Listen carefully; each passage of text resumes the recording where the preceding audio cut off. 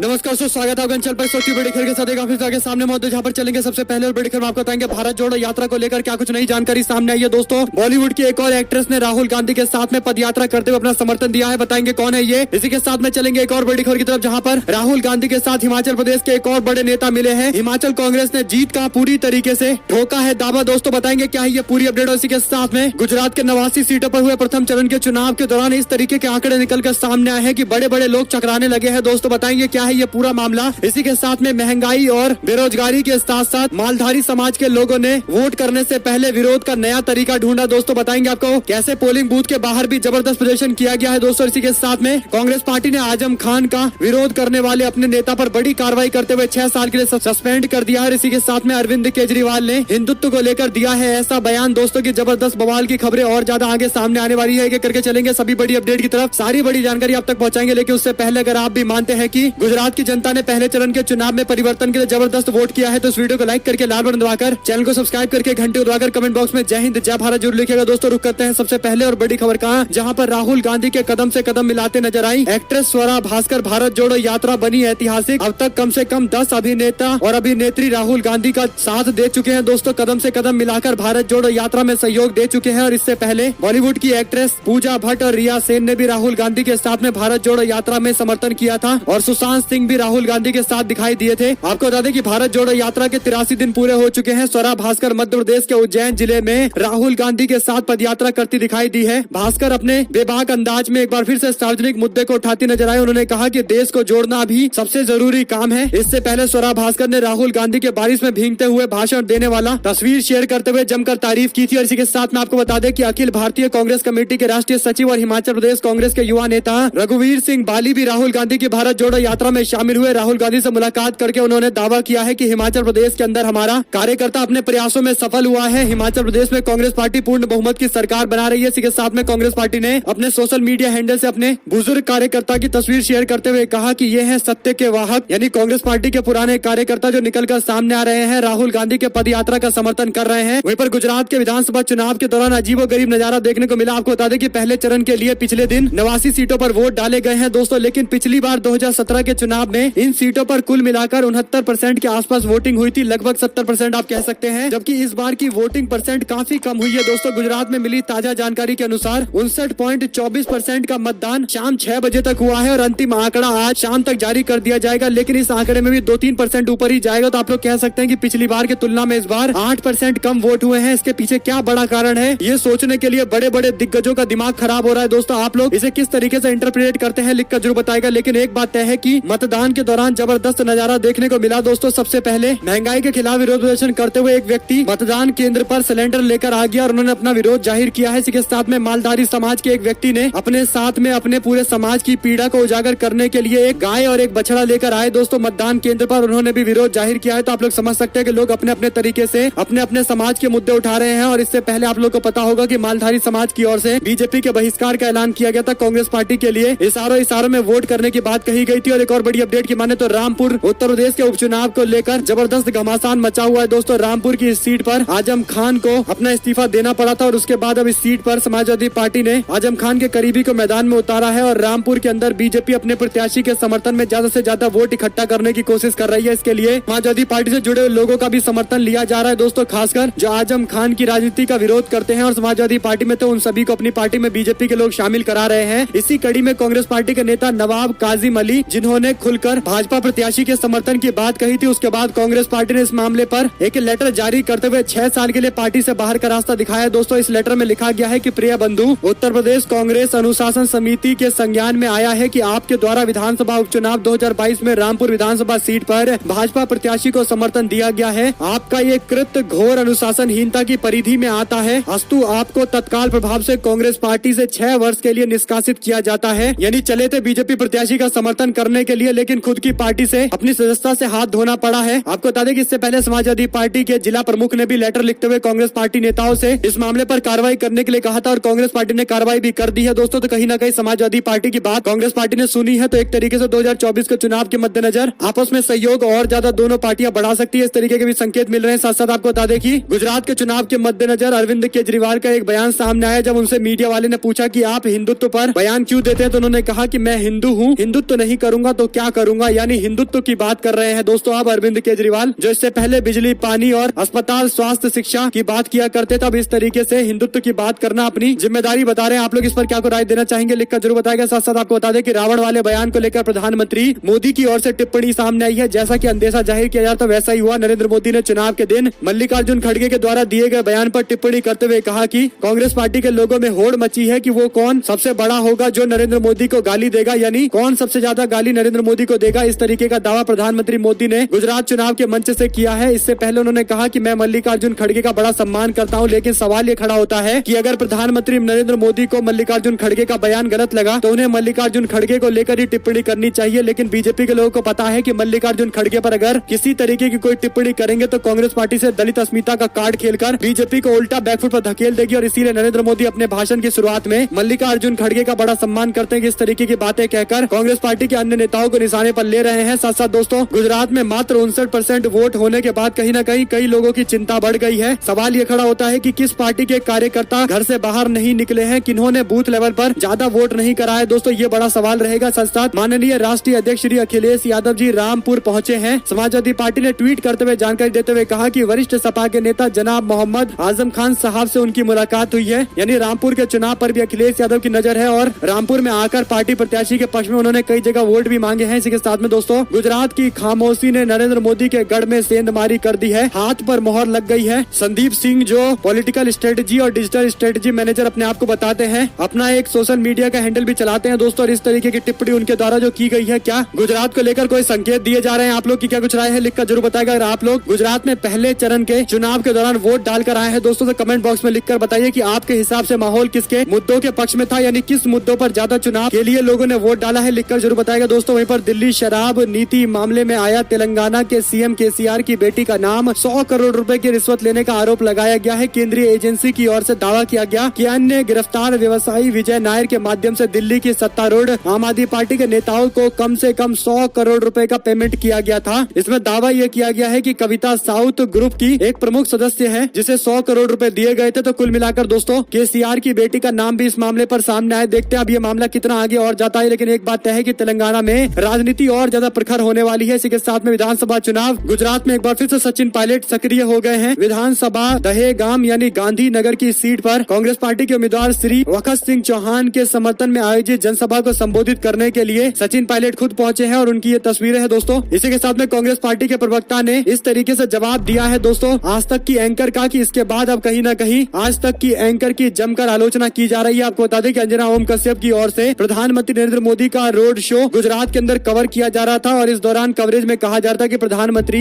नरेंद्र मोदी के road show में जबरदस्त जन सैलाब है, गुजरात की जनता प्रधानमंत्री के साथ में खड़ी है। क्या इस तरीके का पहले कभी जन सैलाब देखा गया? इस तरीके की चर्चाएं वो कर रही थी और इसके बाद कांग्रेस पार्टी के प्रवक्ता से सवाल पूछा गया तो रोहन गुप्ता ने इस पर जवाब देते हुए कहा कि अंजना ओम कश्यप जी, आप कभी आइए भारत जोड़ो यात्रा में, आपको दिखाते हैं कितना बड़ा जन सैलाब राहुल गांधी के साथ में चलता है। उसके बाद अंजना ओम कश्यप ने तुरंत कह दिया कि चलिए धन्यवाद, यानी दोस्तों पूरा बयान भी नहीं देने दिया गया, जिसके बाद सोशल मीडिया पर लोग जमकर निशाना भी साध रहे हैं। मोहम्मद जुबैर ने वीडियो शेयर करते हुए लिखा कि बहुत धन्यवाद आप सभी का हमसे जुड़े रहने के लिए, यानी अंजना ओम कश्यप की लास्ट वाली लाइन को दोहराया गया है। दोस्तों आप लोग इस पर क्या कुछ जानकारी देना चाहेंगे, लिखकर जरूर बताएगा। रुक करते हैं एक और बड़ी खबर का, जहां पर मोरबी के अंदर बीजेपी कैंडिडेट ने अपने वोटिंग के दौरान की तस्वीर सोशल मीडिया पर शेयर कर दी है। दोस्तों अब इस पर कार्रवाई जरूर होनी चाहिए। आपको बता दें कि इस तरीके का नियम है कि कोई भी पोलिंग बूथ के अंदर फोन नहीं ले जा सकता और अगर फोन ले जाता है किसी इमरजेंसी में तो वो फोटो नहीं खींच सकता। लेकिन बीजेपी के मोरबी के कैंडिडेट ने ऐसा करके दिखाया है। अब इलेक्शन कमीशन ऑफ इंडिया को इसे इलेक्शन कोड ऑफ कंडक्ट का वायलेशन मानना पड़ेगा और इस मामले पर क्या कार्रवाई कमीशन करता है आप तक सारी जानकारी पहुंचाते रहेंगे दोस्तों। वहीं पर दिल्ली के एमसीडी चुनाव के मद्देनजर आम आदमी प्रत्याशी पर रिवॉल्वर लहराने का केस दर्ज किया गया। डांस करते हुए हवा में लहरा रहा था पिस्टल और सोशल मीडिया पर वीडियो तस्वीरें भी शेयर करता। उसके बाद जोगिंदर सिंह उर्फ बंटी वार्ड नंबर 19 से आम आदमी पार्टी का स्वरूप नगर का उम्मीदवार है, जिसके खिलाफ ये कार्रवाई की जा रही है। वहीं पर कांग्रेस पार्टी के राज्यसभा के सांसद इमरान प्रतापगढ़ी गुजरात चुनाव के मद्देनजर गोधरा पहुंचे थे, जहां पर उन्होंने जनसभा को संबोधित किया है। दोस्तों भारी संख्या में जनसभा में लोग दिखाई दिए थे, लेकिन बड़ी बात यह रही कि इस दौरान आज तक न्यूज चैनल की ओर से दावा ये किया गया कि इमरान प्रतापगढ़ी जैसे ही गोधरा पहुंचे तो उनको विरोध का सामना करना पड़ा और बाद में वो रैली छोड़कर चले गए हैं। हालांकि कांग्रेस पार्टी के ट्विटर हैंडल से इसकी जानकारी को पूरी तरीके से गलत करार दिया गया है। दोस्तों आईएनसी टीवी की ओर से कहा गया है कि ये जो दावा किया जा रहा है कि इमरान प्रतापगढ़ी की गोधरा में हुई रैली फ्लॉप हो गई है, उन्हें रैली छोड़कर भागना पड़ा है, ये पूरी तरीके से गलत है। दरअसल कांग्रेस पार्टी ने सारी तस्वीरें जारी जारी की है, जिसमें इमरान प्रतापगढ़ी अपनी गाड़ी में आ रहे हैं, हाथे हिलाकर लोगों का अभिवादन स्वीकार कर रहे हैं दोस्तों। और लोग भी बड़े उत्साह के साथ इमरान प्रतापगढ़ी की मौजूदगी का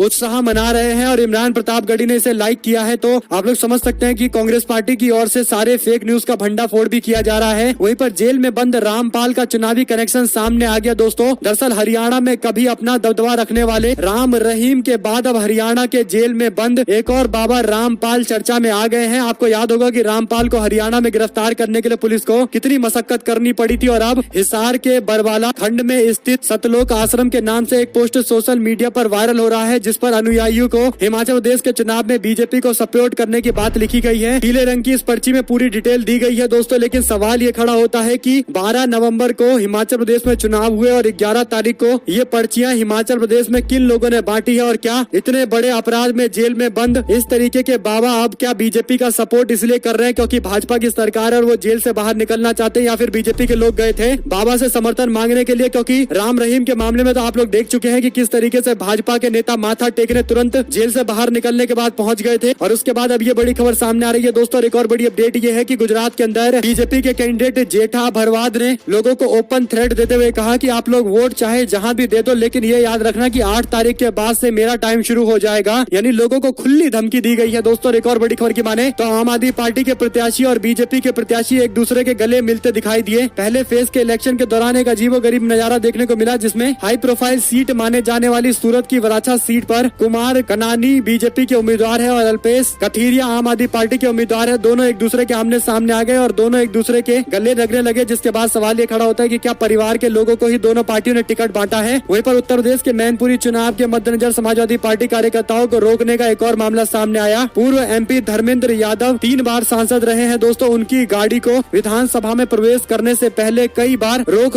कर चेकिंग की गई है, जिसका विरोध करते हुए धर्मेंद्र यादव ने पुलिस प्रशासन के लोगों को चेतावनी देते हुए कहा कि समाजवादी पार्टी कार्यकर्ताओं को आप लोग परेशान कर रहे हैं। विधानसभा चुनाव के मद्देनजर बीजेपी के पक्ष में वोट कराने के लिए पुलिस प्रशासन ऐसे काम कर रहा है जैसे भाजपा उनकी अपनी पार्टी हो। ये सब रुकना चाहिए और निष्पक्ष चुनाव होना चाहिए। धर्मेंद्र यादव जबरदस्त नाराज नजर आए दोस्तों। उनका वीडियो भी सोशल मीडिया पर वायरल हो रहा है। और एक और बड़ी खबर की माने तो केंद्र और राज्य सरकार के खिलाफ राष्ट्रवादी कांग्रेस पार्टी का जबरदस्त जन आक्रोश रैली। देश में आए दिन बढ़ती बेरोजगारी और महंगाई और महिलाओं पर अत्याचार, किसानों के प्रश्नों को हल करने और छत्रपति शिवाजी महाराज का अपमान करने के साथ साथ स्थानीय निकाय के चुनाव जानबूझकर टालने आदि के मामले को लेकर औरंगाबाद जिले के अंदर एनसीपी की तरफ से जबरदस्त प्रोटेस्ट किया गया है। इस प्रोटेस्ट का नाम जन आक्रोश आंदोलन बताया गया है। इसी के साथ में अखिलेश यादव का भाजपा पर हमला कहा, जो दंगा कराते हैं वही सत्ता में है। संभल जिले के विधानसभा असमोली क्षेत्र के अंतर्गत पूर्व मंत्री विजेंद्र पाल सिंह की मृत्यु के बाद शोक संवेदना व्यक्त करते हुए उनके पैतृक गांव फरीदपुर खुशहाल पहुंचे अखिलेश यादव ने सबसे पहले पूर्व मंत्री के चित्र पर पुष्प अर्पित करते हुए श्रद्धांजलि दी है। और इस दौरान उन्होंने मीडिया से बात करते हुए भाजपा की सरकार को लेकर जबरदस्त जवाब दिया। उन्होंने आरोप लगाया कि पूर्व में चुनाव में ये देखा गया है कि लोगों को वोट नहीं डालने गया था, पुलिस वोटरों पर दबाव बना रही थी, लाठी चलाई गई, रास्ते रोके गए, वोट नहीं डालने दिया गया। यही बीजेपी के चुनाव लड़ने की नई रणनीति बन गई है, जिससे लोकतंत्र खत्म हो रहा है। लोकतंत्र को बचाने वाले इनके विरुद्ध वोट डाले। डॉक्टर भीमराव अंबेडकर का संविधान बचाना आज की जरूरत है। वही दोस्तों नेहा सिंह राठौर जो लोक गायिका के रूप में काफी ज्यादा प्रसिद्ध है, बिहार में काबा, उत्तर प्रदेश में काबा जैसे कई सारे सॉन्ग को लेकर प्रसिद्ध है। उन्होंने रवीश कुमार को लेकर ट्वीट करते हुए कहा कि एक पत्रकार को खरीदने के लिए पूरा चैनल, पूरी संस्थान खरीद ली, लेकिन ये पत्रकार बिकाऊ नहीं था। हौसला बुलंद रहे रवीश कुमार जी। वहीं पर दोस्तों महाराष्ट्र कर्नाटका सीमा विवाद पर कॉलेज में जबरदस्त बवाल देखने को मिला। फेस्टिवल के दौरान छात्रों ने कर्नाटका का झंडा लहराने पर जबरदस्त तरीके से पिटाई की है। पूरी क्लास ने मिलकर उस छात्र की पिटाई की है जो कर्नाटका का झंडा लहरा रहा था। कुल मिलाकर दोस्तों 2 राज्यों के अंदर विवाद को इतना ज्यादा बढ़ा दिया गया है कि कॉलेज के प्रांगण में भी ये विवाद काफी ज्यादा उग्र देखने को मिल रहा है। कुल मिलाकर राजनीति कॉलेज कैंपस तक पहुंच गई है। साथ साथ गुजरात के खटरगाम में वोटिंग धीमा किए जाने के मामले को लेकर आम आदमी पार्टी के प्रदेश प्रमुख गोपाल इटालिया ने आरोप लगाया है कि मुझे चुनाव हरवाने के लिए इस तरीके की हरकतें की जा रही है, जिसके बाद लोगों ने कहा कि आप पहले से ही रोने लगे, यानी चुनाव खत्म होने दीजिए, उसके बाद कहना कि तुम्हें हराने के लिए इस तरीके की रणनीति का इस्तेमाल किया गया, ये पूरी तरीके से गलत है। दरअसल वोटिंग ही कम हुई है, लेकिन आम आदमी पार्टी के नेता गोपाल इटालिया कहते हैं कि उनको हराने के लिए ऐसा किया गया है। हालांकि दोस्तों लगभग सारे विधानसभा पर कम वोटिंग देखने को मिली है। वहीं पर साइकिल पर गैस सिलेंडर लेकर वोट डालने पहुंचे कांग्रेस पार्टी के एमएलए परेश धनानी, उन्होंने भी अपना विरोध नए तरीके से जाहिर किया है। साथ साथ प्रधानमंत्री नरेंद्र मोदी ने 16 सीटों पर 50 किलोमीटर की अपनी यात्रा निकालकर वोटरों से अपने पक्ष में वोट करने की अपील की है। दोस्तों प्रधानमंत्री मोदी इससे पहले 3 घंटे के अंदर 2-4 असेंबली के अंदर ही रोड शो कर पाते थे, लेकिन 50 किलोमीटर प्रधानमंत्री प्रधानमंत्री का रोड शो मात्र 3 घंटे में गुजरा है, तो आप लोग समझ सकते हैं कि हर घंटे 16 किलोमीटर की यात्रा कम से कम हुई है। तो ऐसे में दोस्तों ये किस तरीके का रोड शो था जिसमें भीड़ ही नहीं आई, क्योंकि रोड शो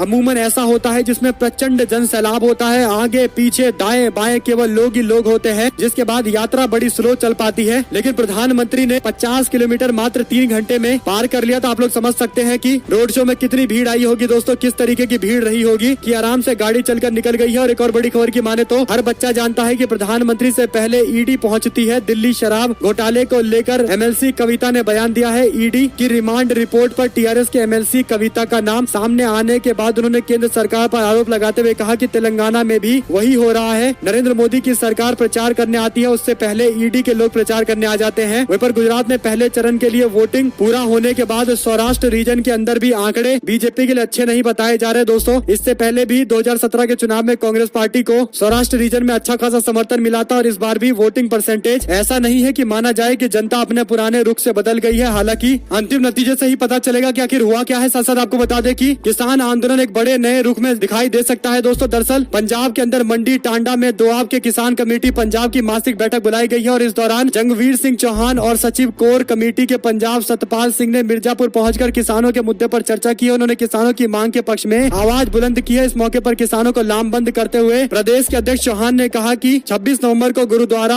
अम्ब साहिब मोहाली में ऐतिहासिक सभा ने केंद्र और पंजाब सरकार को भ्रम पूरी तरीके से दूर कर दिया और आने वाले 8 दिसंबर को संयुक्त किसान मोर्चा भारत की बैठक करनाल में बुलाई गई है, जिसमें आगे की रणनीति पर चर्चा किया जाएगा। और एक और बड़ी खबर यह है कि ओल्ड पेंशन स्कीम 2024 के चुनाव में भी बीजेपी के खिलाफ बड़ा मुद्दा बनेगा दोस्तों। छत्तीसगढ़ से लेकर गुजरात के अंदर इसी तरीके के संकेत मिल रहे हैं। साथ ही साथ रेस्टोरेंट स्टाफ के साथ मारपीट करने के मामले में बीजेपी के नेता के बेटे की गिरफ्तारी हो गई है। अब तक 3 लोग गिरफ्तार कर लिए गए हैं। और इसी के साथ में आपको बता दें कि राहुल गांधी के राजस्थान पहुंचने से पहले सीएम गहलोत ने प्रधानमंत्री मोदी से मांग की है। राहुल गांधी की भारत जोड़ो यात्रा राजस्थान पहुंचने से पहले नरेंद्र मोदी से कहा गया है कि राजस्थान मॉडल को अगर प्रधानमंत्री लागू करे तो देश की जनता को फायदा पहुंचेगा। गहलोत ने कहा कि वर्तमान में राजस्थान में जो योजनाएं चल रही है सिर्फ प्रचार नहीं है, बल्कि लोगों के बीच में ये योजना काफी ज्यादा सफल हुई है। प्रधानमंत्री मोदी से बार बार अपील की जा रही है कि आप जो ढकोसला दे रहे हैं, जो गुजरात के चुनाव में जाकर गुजरात मॉडल की बात कर रहे हैं, जनता को गुमराह कर रहे हैं, आपको समझ में आना चाहिए कि अब राजस्थान का मॉडल देश भर में काम करेगा। आप राजस्थान का मॉडल पूरे देश में लागू करिए, सबको फायदा पहुंचेगा। एक और बड़ी खबर यह है कि न्यूज एंकर अमन चोपड़ा ने एक ट्वीट करते हुए लिखा कि अब यूट्यूब पर स्क्रीन काली होगी, यानी रवीश कुमार को लेकर दोस्तों ये तंज कसा गया है, जिसके बाद लोगों ने अपने अपने तरीके से रिस्पॉन्ड किया है। आपको बता दें कि राजकुमार भाटी बोले, कहा अमन भाई